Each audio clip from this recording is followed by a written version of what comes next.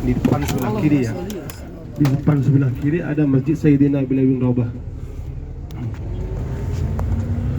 Yang mana di situ bu sekalian masjid tersebut disebut Sayyidina Bilal, banyak tradisi di situ.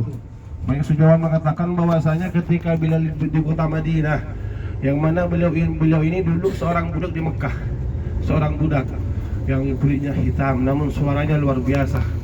Makanya Rasulullah SAW memilih Bilal sebagai muazzin di kota Madinah, tukang azan di kota Madinah dulu beliau, yang suaranya lantang luar biasa. Meskipun beliau dulunya seorang budak, namun dimerdekakan oleh Sayyidina Abu Bakar Siddiq. Beliau adalah yang memerdekakan beliau, Sayyidina bin Rabah. Yang mana Bilal ini sekarang punya satu amalan.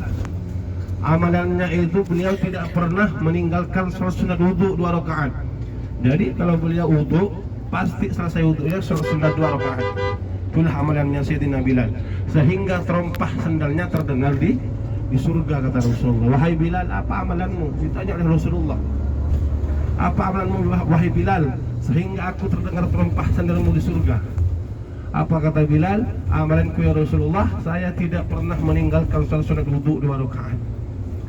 Jadi kalau Bapak Ibu sekalian menginginkan seperti Sayyidina Bilal, ikuti beliau. Jadi selesai wudu, laksanakan salat sunat wudu 2 rakaat. Itu saja amalan beliau. Namun itu amalan yang beliau setiap hari pasti lakukan, Bu. Itu sunnah sebenarnya. Jadi kita ini semua Bu sekalian yang dirahmati Allah SWT, ikuti satu saja sunnah Rasulullah. Enggak usah banyak-banyak Bu sekalian. Kalau mau satu dulu, kalau memang satu sudah jadi kebiasaan, 2, ketiga, seterusnya. Seperti halnya masuk ke kamar mandi dengan dahului kaki kirinya, usahakan seperti ini dulu. Jadi kita usahakan mengikuti kepada sunnah Rasulullah sekalian. Yang mana kata Rasulullah, orang yang mengikuti sunnahku maka dia termasuk golonganku. Nah, Rasulullah Rahman kemudian Bilal bin Rabah ketika Rasulullah wafat di kota Madinah.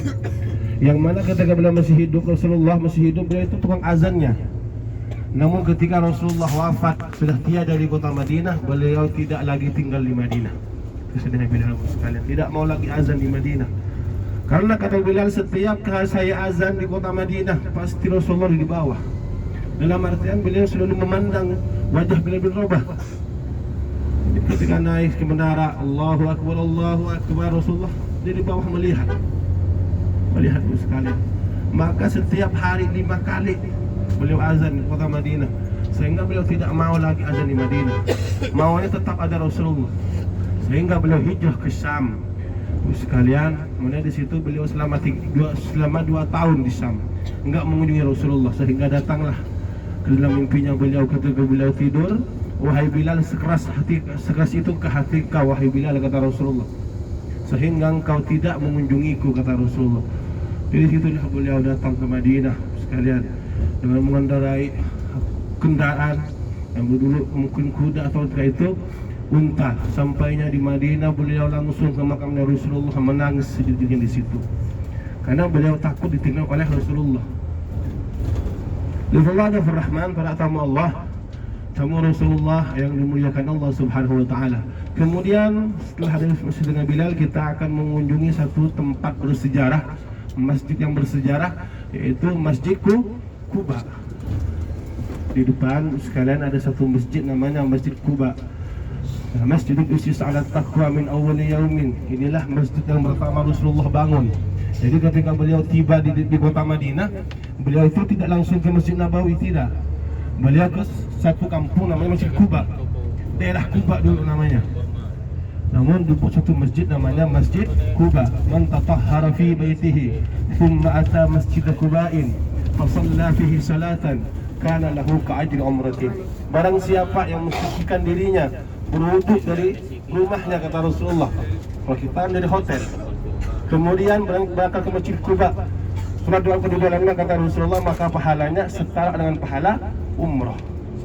Jadi orang yang buku sekalian kita disediakan di hotel, kemudian sholat 2 rakaat saja, kata Rasulullah, di Masjid Quba sekarang, maka kita akan mendapat pahala 1 kali umrah. Itulah keistimewaan, keutamaan, fadilah daripada Masjid Quba. Jadi jangan sampai nanti kita nggak sholat di sini, Bu.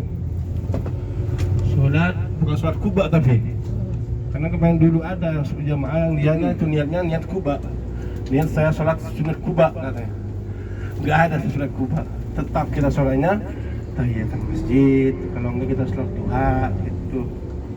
Bismillahirrahmanirrahim. Para tamu Allah, seperti biasa Bu sekalian, karena ini kunjungan pertama tentunya dalam artian masih banyak lagi nanti yang kita nanti akan kunjungi bersama. Seperti hanya Kebun Kurma, kemudian Jabal Uhud, nanti kita akan mengunjungi bersama. Jadi makanya di situ nggak usah lama-lama juga. Itu sekalian artian silakan sholat 4 rakaat 6 rakaat, kemudian setelah itu kita balik ke bis lagi. Nanti untuk perempuan akan dipandu langsung oleh dari Haja Mai, dan yang ke untuk laki-lakinya sama saya. Yang jelas ini nggak ada yang batal ya, semuanya masih punya wudu. Apa ada yang batal? Mudah-mudahan masih punya wudu semua, karena nanti ibu sekalian yang lama itu di toiletnya nanti di tempat wudu, antri dan sebagainya. Makanya saya wanti-wanti di grup punya wudu terlebih dahulu. Mudah-mudahan nggak ada yang batal. Jadi nanti sampai di situ seperti biasa bu sekalian kita sholat tahiyatul masjid dan sholat sunat duha.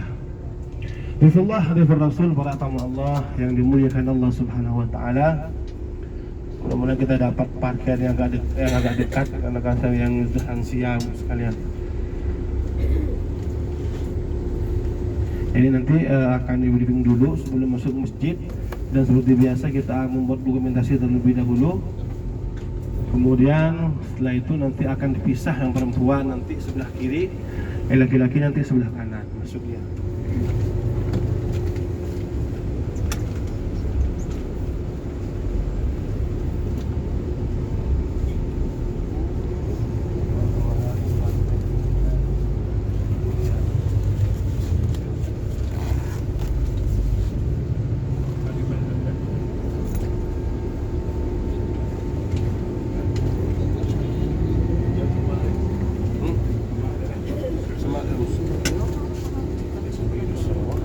Mustakid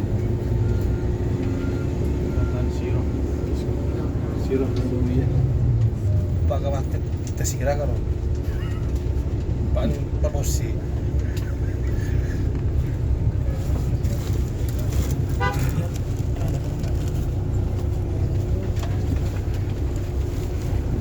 Bismillahirrahmanirrahim. Para tamu Allah, silakan, kita sudah sampai sekalian. Mohon jaga wudhunya.